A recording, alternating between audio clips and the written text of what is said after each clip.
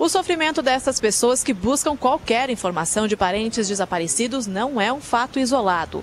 Por ano, em Santa Catarina, cerca de 3.000 pessoas desaparecem, a maioria crianças e adolescentes. Foi o caso do filho de Helenilde.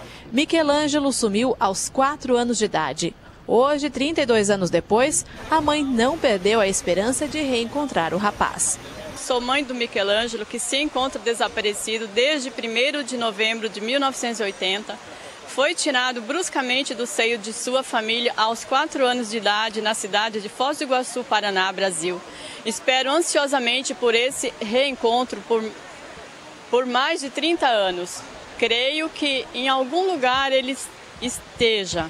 Conto com toda a ajuda necessária para encontrá-lo. Há 1 ano e 5 meses, dona Jocenir também vive em espera. A mãe procura a filha Giovanni, que está com 32 anos. Uma luta que ganha um novo sentido a cada amanhecer. Minha filha Giovanni Moraes Costa saiu dia 7 de setembro de 2011. Hoje faz 1 ano e 5 meses que ela desapareceu. Ninguém deu notícia nenhuma, não soubemos nada. E a gente, cada dia é uma esperança. E cada fim de dia é uma tristeza porque a gente não tem notícia dela. Eu peço assim que através do portal da Esperança, de você, se alguém souber, que tenha compaixão da família. Porque ela tem uma filha, a filha sofre por ela. E a gente também está desesperado, porque nunca aconteceu isso. Sandra também procura o filho. O rapaz, que hoje está com 31 anos, está desaparecido há 16 anos. Meu filho se chama Fabrício Manuel Duarte. Ele desapareceu no dia 10 de 12 de 96. Ele saiu de casa a pé com uma mochila e foi visto uma cerca dos 3 quilômetros. Depois daquela ocasião não foi visto mais, num lugar chamado Estiva do Inferninho. E hoje ele já teria 31 anos, né? Como faz 16 anos que ele está desaparecido. E eu, todo esse tempo, estou tentando fazer qualquer coisa para encontrar ele. Mas é muito difícil a gente conseguir apoio. Então, esse é mais um apelo para que, se alguém souber de alguma coisa, o que aconteceu com ele, onde estaria, porque ele era epilético e, além disso, ele era autista. Ele dependia de muito remédio para sobreviver. Ele não seria capaz de viver na rua, assim como algumas pessoas vivem, né? Ele teria que ter alguém para cuidar dele. Já Laides sofre há mais de 1 ano com a falta de informações do pai. O meu pai está desaparecido já há 1 ano e 4 meses e ele sofreu um acidente de carro, ele bateu a cabeça, então ele perdeu totalmente a memória, né? Não sabendo mais, assim, nem dar endereço, o nome dele, nada disso. Ele já não saía sozinho, mas ele conseguiu sair, né? E não conseguiu voltar. Então eu peço apelo, né? Faço um apelo, peço ajuda para, se as pessoas souberem alguma coisa, viram ele, alguma pista qualquer, né, para a gente poder ir atrás, né, e encontrar ele, porque a gente tem muita esperança, né, que encontrar, ter notícias dele, boas de preferência, né, e eu faço o apelo, então, para todos, e desde já eu agradeço a todos que tentam ajudar a gente, que muita gente vê o programa e liga para a gente. A gente nunca deixa de correr atrás de qualquer informação que tenha. É muito importante para nós, tá? Para evitar que este tipo de sofrimento atinja mais famílias, é fundamental a orientação e o diálogo dentro do lar. Na verdade, trabalhamos há mais de uma década na prevenção ao desaparecimento de crianças e adolescentes e o apoio na busca por pessoas desaparecidas. Normalmente nos perguntam, né, quantas pessoas ajudamos a encontrar.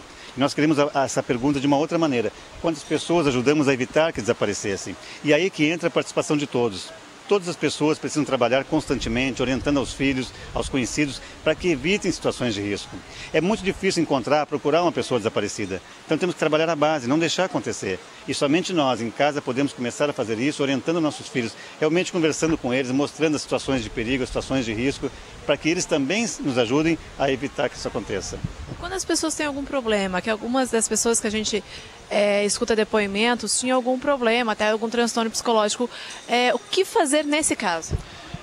Eu penso que tudo começa somente com a base familiar, né? Quando eu sentir que seja o filho, um irmão, alguém está enfrentando um problema, é procurar ajuda, conversar com essas pessoas, não deixar que chegue ao ponto, de repente, de haver uma fuga, um desaparecimento. Mas eu coloco assim, muitas pessoas acabam generalizando, se fugiu, tá bem, ou fugiu porque quis, mas existe a situação de risco. Aquela pessoa que foge, mesmo que seja com alguém, ela se torna mais vulnerável e poderá ser aliciada, poderá acabar se envolvendo com uma outra situação de risco muito grande. Então, independente do que tenha acontecido, seja um problema familiar, tenha fugido ou sido levada, a procura tem que ser a mesma, a busca tem que ser a mesma e todos precisam participar disso. Essa é uma missão de todos nós, porque ninguém, infelizmente, está livre de enfrentar uma situação como essa. E parece algo muito distante, mas caminha ao nosso lado. O Portal da Esperança ajuda de que maneira? E se uma pessoa encontrar alguém, achar que encontrou alguém ou que a pessoa é parecida com alguém de alguma das fotos, tem como entrar em contato com o Portal da Esperança para buscar essa solução? Com certeza. Hoje, felizmente, Santa Catarina está contando com o SOS Desaparecidos da Polícia Militar. Então, eu de imediato, todo o pedido de ajuda que eu recebo, estou repassando hoje para a Polícia Militar. Mas nós temos o nosso site, que é o portaldesperança.org.br. Também podemos ser procurados pelo nosso e-mail, por telefone. E a gente vai ajudar a divulgar nas redes sociais, divulgar no site, em nossos informativos e trabalhar paralelamente com todos que estão participando conosco. A mídia, a própria Polícia Militar. Nós temos que, na verdade, formar uma grande corrente. Nós precisamos que todo cidadão passe realmente a se interessar pelo assunto, sabendo que, se unirmos forças, aí sim podemos mudar esse quadro. Hoje são em torno de 3 mil casos por ano somente em Santa Catarina.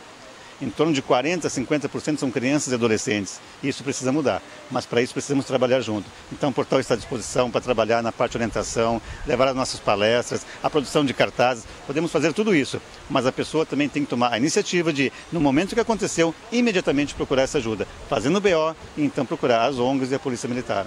Quando a orientação não é suficiente e alguém fica sem dar notícias por algum tempo, é importante que a família entre o quanto antes em contato com os órgãos competentes, como o SOS Desaparecidos da Polícia Militar. O que uma família deve fazer quando se vê diante de uma situação como essa? Quais são os primeiros passos que uma família deve tomar quando alguém da família some, desaparece e fica uns dias fora? Primeiro, a atitude a ser tomada é ligar para a Polícia Militar, empenhar as guarnições de serviço da sua região, ligar para o SOS Desaparecidos da Polícia Militar, qual tem hoje uma equipe exclusiva para tratar das buscas e divulgação dos casos desaparecidos. E claro, nesse meio tempo, já também fazer as comunicações para familiares, amigos, contatos com professores em colégio, levar em mãos na delegacia, depois já fazer toda essa parte inicial de comunicação e de busca inicial nos arredores, vizinhanças, também ir até a delegacia com uma foto atual, é sempre bom guardar uma foto atual. No caso de crianças, é sempre bom, desde cedo, já orientar a criança a tentar usar um telefone, falar onde é que mora, falar o nome dos pais, pedir ajuda no caso de um problema de desaparecimento, identificar, no caso da criança, uma pessoa que está com uniforme, então um policial militar, algum funcionário de alguma empresa, que são pessoas que podem dar uma ajuda e acionar os meios públicos de segurança no caso do desaparecimento. Esse seria o inicial, Quanto tempo, qual o período que as pessoas devem, então, ter esse alerta e dizer, não, realmente a pessoa está desaparecida, eu preciso entrar em contato com alguém? Olha, desde que desconfiar, que mudou a rotina da pessoa, principalmente no caso de criança e adolescente, já deve ter esse tipo de atitude. Pode parecer meio que exagerado, mas é o ideal a se tomar, é ter já essa preocupação de acionar os vizinhos, já deixar a polícia avisada desde o começo. Até porque estatísticas mostram que até no caso de crianças que foram sequestradas, as primeiras 4 horas são vitais, porque é onde tem a maior incidência de crimes envolvendo o desaparecimento de criança. Então, mesmo que possa parecer exagerado, desde o início, qualquer caso estranho de desaparecimento deve ser tratado como um caso sério de desaparecimento, no caso até um possível crime. Qual o telefone do SOS Desaparecidos? Nós trabalhamos no 48, é o nosso prefixo, 3229-6375. Pode ligar para o 190 também, que lá tem todos os dados nossos, o e-mail, o nosso site e outros telefones, inclusive o nosso celular de plantão, que está sempre à disposição da comunidade, 24 horas por dia.